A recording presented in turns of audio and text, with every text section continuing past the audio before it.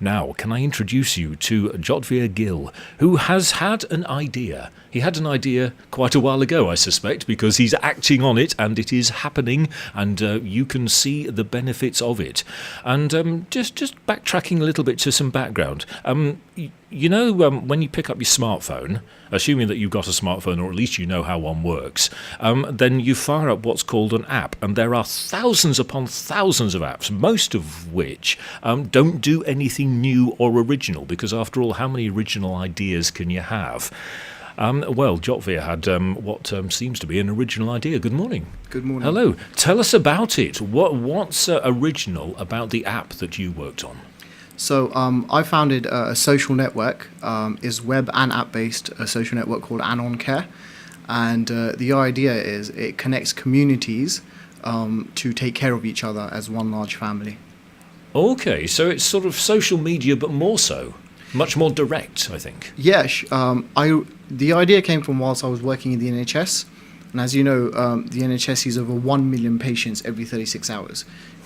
Yeah, it's an awful lot of people, isn't it? Yeah, and there's a further 1 million patients every week waiting for a GP appointment. Yeah. So it's facing a huge amount of pressure, and I was able to witness this while working there. And I thought, what could we do to alleviate all this pressure? And I felt to reduce pressures on the NHS, we need to create much needed interdependency in the community. And so technology has the advantages to go viral and connect people. They say the technology has turned the world into a global village. So what I'm doing with AnonCare is turning it into a family. Okay. Yeah, from the NHS point of view, I mean, we all admire the NHS immensely, but it's such a big organisation, and as you say, has so many people going through it, that the personal touch, I guess, it can be lacking, because if you go to 2 appointments, you very often don't see the same person. So all they're going on is what they've got written down in front of them, rather than their personal experience of seeing you last time. Yeah. So you don't get continuity. You get the care, but you don't get the personal touch. So I'm guessing that's a hole for you to fill. Yeah, and how many people do you know who, as a result of a health condition, are left feeling lonely and isolated at home? Yeah. There was a recent survey that was done that they found that 83% of people in the UK have felt lonely in their lives or know someone that is currently lonely and isolated. 83%? 83%. Whoa. That's an awful lot. So it's connected, but I'm guessing it's not quite the same thing, that the direct medical care and then caring for the person around the medical condition. Yeah, so this is not a substitute for healthcare.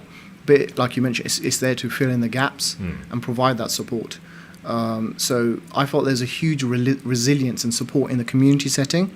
People are mobilized by compassion, and it really helps. I've seen, like, particularly in many communities, people do amazing things selflessly. And why cannot you see on people connect with friends on Facebook, and they share information. So I thought, why cannot people connect with strangers and share support?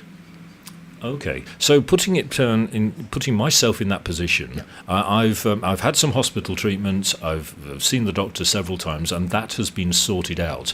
But now I'm feeling that that something is missing, because although the medical thing is being treated, there's more to it than that. So I sign up to the app. And what happens then? Do I put my details on and say, I'm looking for some help with? So how it works is that when you sign up, you can download it from the App Store, Google Play, or go to AnonCare.com. And when you sign up, you can be anonymous, or you can be yourself. And what that allows you to do is access a community of compassionate interactions. So every day people sign up, log in, and they share information about themselves, about things that are going on, any challenges that they are facing. So it's not rare to see someone who's saying they have a challenge with something to do with a job, or feeling depressed or lonely. Okay. And then what you see is right away people log in and they start supporting each other. Initially it was developed for like the UK market, but unintentionally it went global, and people started signing up from all over the world. Unintentionally, no. I had no intention of doing that, because it was like a small pilot. But what I found was the benefits were that people, I noticed that when like one country slept, Another one was awake providing care and support. So support became 24 hours a day, and our average response time became 10 minutes. So I found like there was an instance where someone from North Carolina, USA, was talking about bipolar and feeling sad. And immediately someone from Dorset connected with them and started talking to them. And what AnonCare does is, so there's a single compassion feed which allows people to share concerns and support and uplift one another. And in addition to that, unlike traditional social networks, you don't have to just like a post. You can wish somebody well, or you can send them a prayer. So there's buttons for that. Yeah, so they get immediate notification of your compassionate interaction. Yeah. And that often means a lot to people. Yeah, if somebody's put up, I'm really down at the moment, then I would guess that just knowing that somebody knows about it and is feeling a little bit of it is going to help. Yeah, so certainly if when you get that push notification on your phone and your phone brights up and says, I don't know, Infan has sent you a prayer, or Sarah has wished you well. And these are strangers who don't know each other. So what that is doing, the impact that has had is creating cohesion. They say compassion comes from a Latin word, which in its original meaning means to bear with or to suffer with.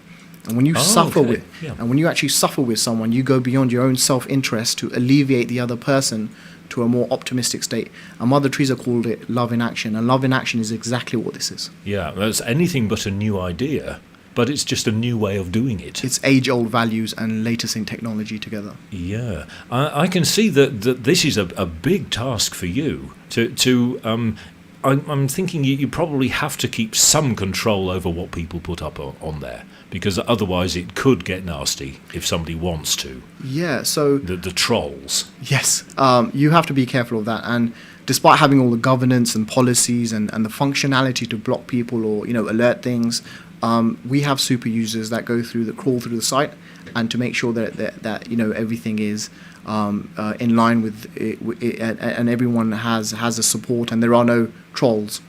But fortunately, that hasn't happened as much, and where it is, it's sorted immediately. That's the only thing you can do, isn't it? Yeah. Is keep an eye on it and fix it when it happens. Yeah, but I've noticed that because it is the whole network, the theme, and it is about compassion and selfless service of others. And what ends up happening is it attracts those type of people who want to serve and those who need support. And by virtue of that, it's a very compassionate community. Not so that not anyone else is not invited, but I actually feel that these are human values. They're not inclusive to a particular faith or a community. Compassion, everyone believes in, with your faith or no faith. And these are values that really mobilize people to do extraordinary things in life. And because of these, we're empowering people with values. We're supporting them, and we're empowering people with values. And there's a saying, they say a good citizen is not always a good human being, but a good human being is always a good citizen. So how do you become a good human being? With these values. And I think this is really needed in the world today. Yeah, so you've got social media, an element from Yes. the sending the prayers and so on, and you've got medical support because it's come from. I mean, if I'm reading you right, it started as being filling in the gaps that medical care doesn't do, and when you were developing it, were you looking at those two and deliberately keeping those two together, or just trying to get it to do everything? I guess that's probably the hard part. It pivoted, so it organically grew into what it is now. So I developed initially. It was like a social network. It was similar to Facebook, and I guess that's why they call me the Sikh Mark Zuckerberg. But yeah, no pressure then. But initially it was like Facebook. So you had to be someone's friend to connect with them and see their posts. So, and when I first started, I was piloting it in Dorset, in Bournemouth, and I thought, okay,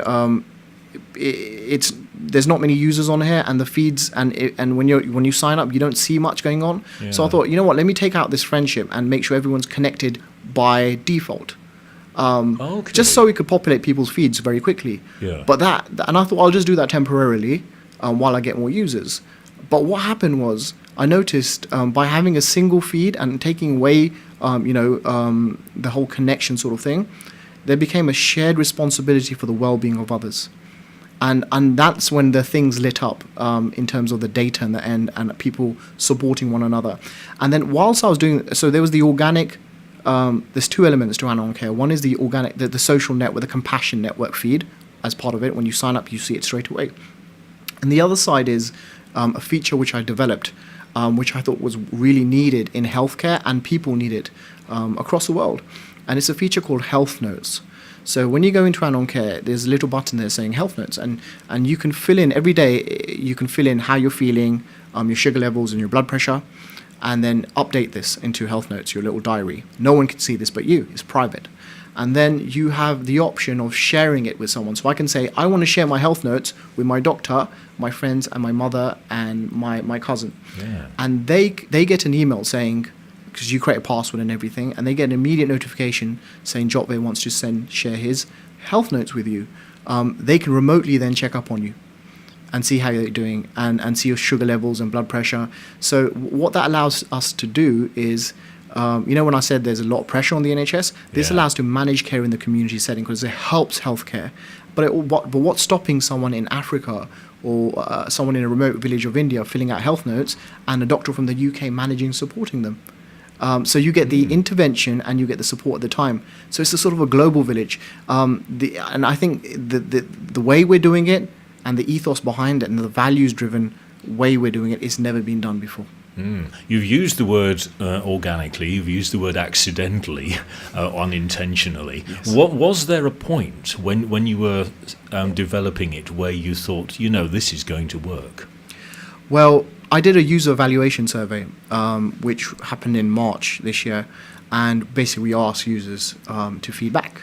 And 83% said that they felt an improvement in mood and well-being since using the application, and 93% said they would recommend AnonCare to a friend or family member. 60% of users sign in on a daily basis, and there's a 20% who sign in on a weekly basis. There's many people who don't add anything or upload things, but they're the ones that gain the most value. So they're seeing all these uplifting posts, they log in, and I can see from the data that there are people who log in but don't post. So I feel that we are supporting others in many other different ways. Yeah. Now, since you mentioned Mark Zuckerberg, let's compare it to Facebook. Sure, I can see why you were saying that when you removed the need for people to actually be friends with each other, with other users on the app, that's when it started to be really appreciated. Probably because up till then people saw it, it's just another Facebook lookalike. Or something. I mean, I guess that initially at that time that was the only thing people could relate to in terms of a social network. Now there's lots. There's Instagram, there's Snapchat, there's so many things, and there will be. But for me, it's an honor and a privilege to be referenced to someone who has done such a good thing and create connections all over the world, and is very good at what that person does. Yeah. For myself, so that was it was dubbed by the media. So it's great to be the Sikh Mark Zuckerberg, but I think it's still a strange thing to be called. It's strange, and I could call him the American Jyotveer Singh. I'm sure it will happen eventually. So and also because you've got the social media and you've got the medical thing, and did the well-being sort of happen sort of unintentionally because you put those two together and you just found it happening? Well, or was there a deliberate intention to add that to it? So I was serving as mentioned, I was serving in the NHS where I was witnessing all the challenges. So the whole element that I needed to do something to support the NHS. So and I always knew that the NHS are looking for an integrated health record. But every health organisation has their own health record and they don't speak to each other. But the ambition has always been to have a patient-owned, patient-shared health record.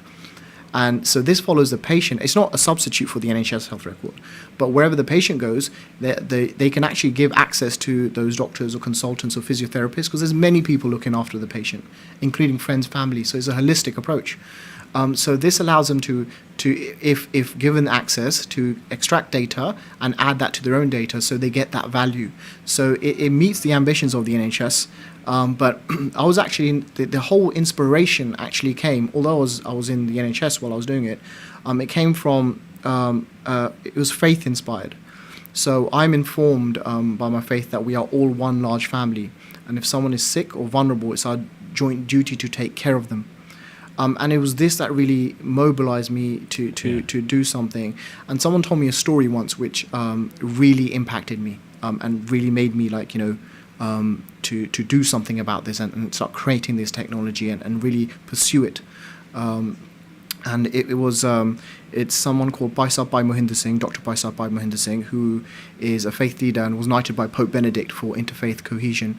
He was knighted by the first Pope. Sikh to be knighted by the Pope. Wow. And Baisab Ji told me a story which impacted me. And they said there was an old man and he was planting seeds of a mango tree, when a passerby stopped and said, "Why do you plant these old seeds? You'll be long gone by the time it bears fruit, and you'll never get to taste the sweetness of these mangoes. Like, what's the point?" And the old man turned around and smiled and said, "All the mangoes I've eaten in my life were planted by the people before me."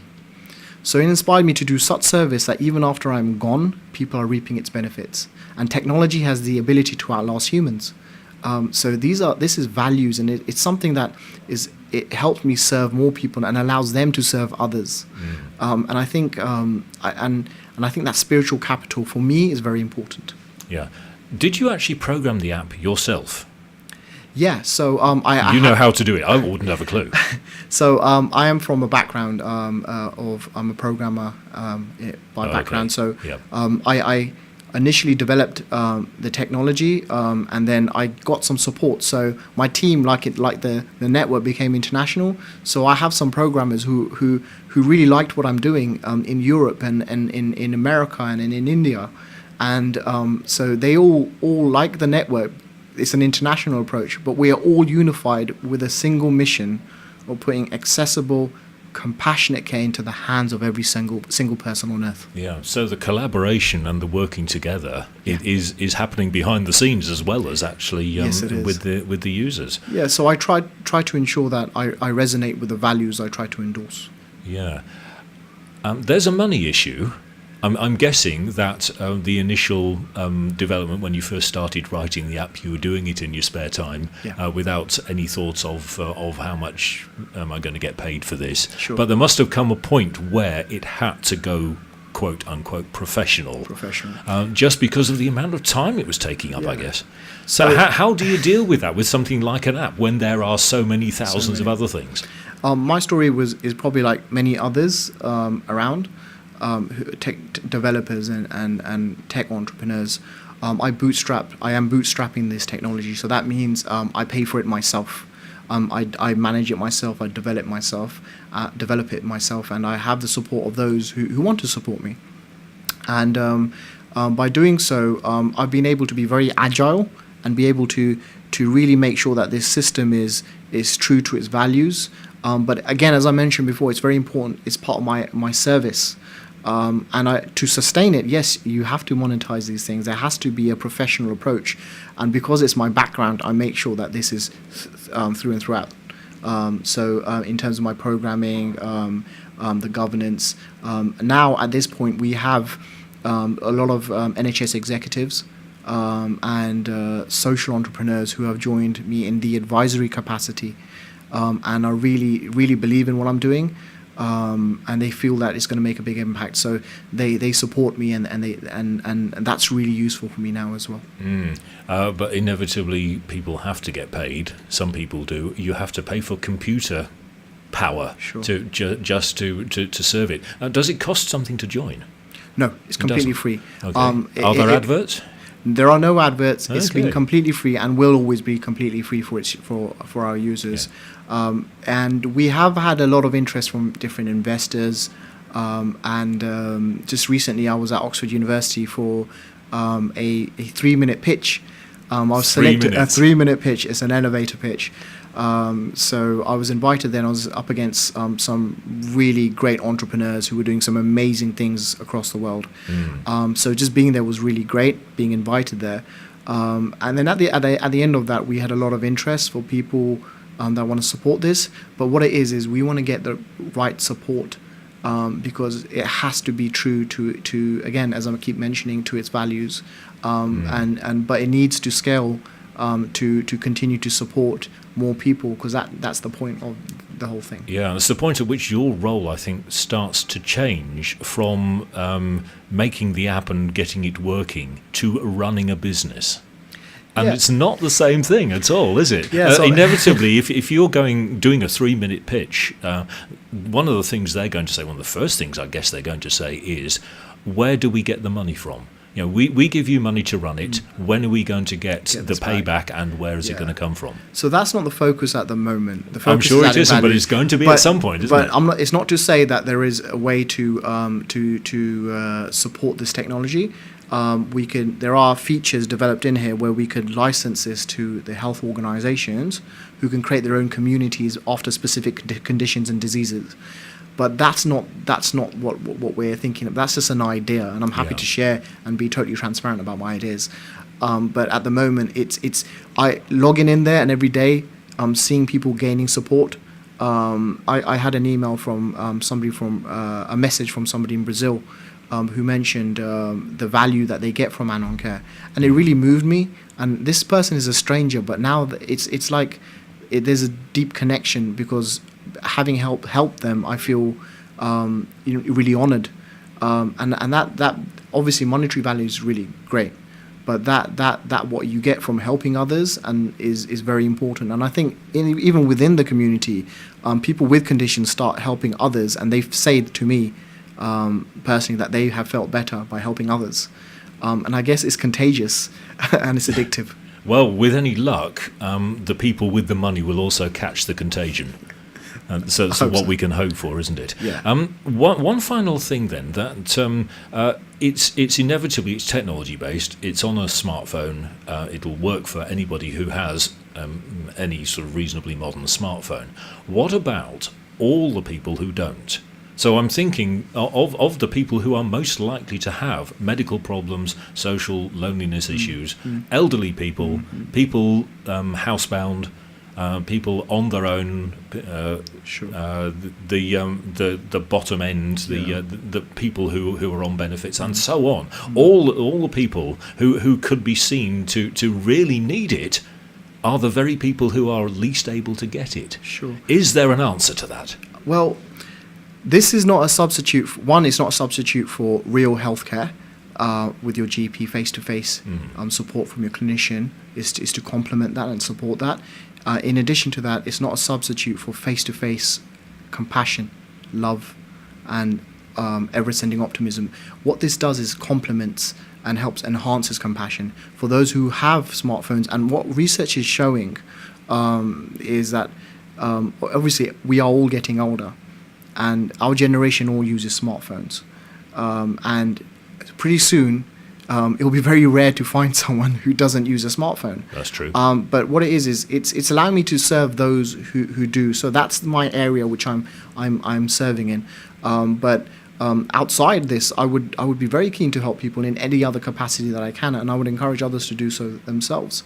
But it is a smartphone technology. It has to be, I suppose, that just by the nature of it, it's going to work for somebody who has the technology and knows to some extent how to use it. Yeah, and I just wanted to mention, last year, actually it was this year, I visited the High Wycombe. I walked around. I'm from High Wycombe, and I visited the local community, and I met with complete strangers who I've never met before, and it was quite difficult to do, but. I approached them and I asked them, "Can I speak to you?" And some said, "No, go away." Some said, "Yes. What would you like?" And I asked them. I'm doing this sort of a project where I'm trying to enhance compassion through technology. But as part of that, I'm trying to find out more about the community. So can you tell me can I ask you a single question? And my question was, "What's your greatest challenge?" And they all responded with different things, and some things that they mentioned were very moving. But what I was trying to show was that despite our physical differences, we all go through the same common emotions. We have the same pain. We all feel pain and suffering, and many of us have an ambition to alleviate the suffering of others. And while speaking to different people in our local community, I thought, wouldn't it be beneficial for that chap to speak to that lady with that condition? It would be great. Yeah. And then when naturally they maybe wouldn't, just because the paths never cross. Yeah. So you can see all these stories at tearsarethesame.com. It's after the saying, our prayers can be different, but our tears are the same. So it's a project which I tried to learn more about the community, and I took a picture of everyone that I met. But one thing was that whoever I met, they all responded by saying, can I read my story? And they pulled out their smartphones. And these were all different types of people, elderly, young people, all sorts of people. So I don't think it's a bit of a challenge. I think it's an opportunity that more people have smartphones. So actually, it seems to me then that everybody has two things in common. You have humanity in common, and to an increasing degree, you have technology in common. Yes. So am I putting it too strongly to say that what you're doing is putting the two together? Yes, so it's AnonCare, I would say, is a merger of the latest in technology and age-old human values to help people feel, understand, and respond to the suffering of others. Well, that makes me want to sign up for it. If it does to you too, then we find it at AnonCare.com. Yeah, so you can go to AnonCare.com or just go to Google Play or the App Store and Anywhere just search. You would get an app for. Yeah, just search AnonCare, one word, ANONCARE,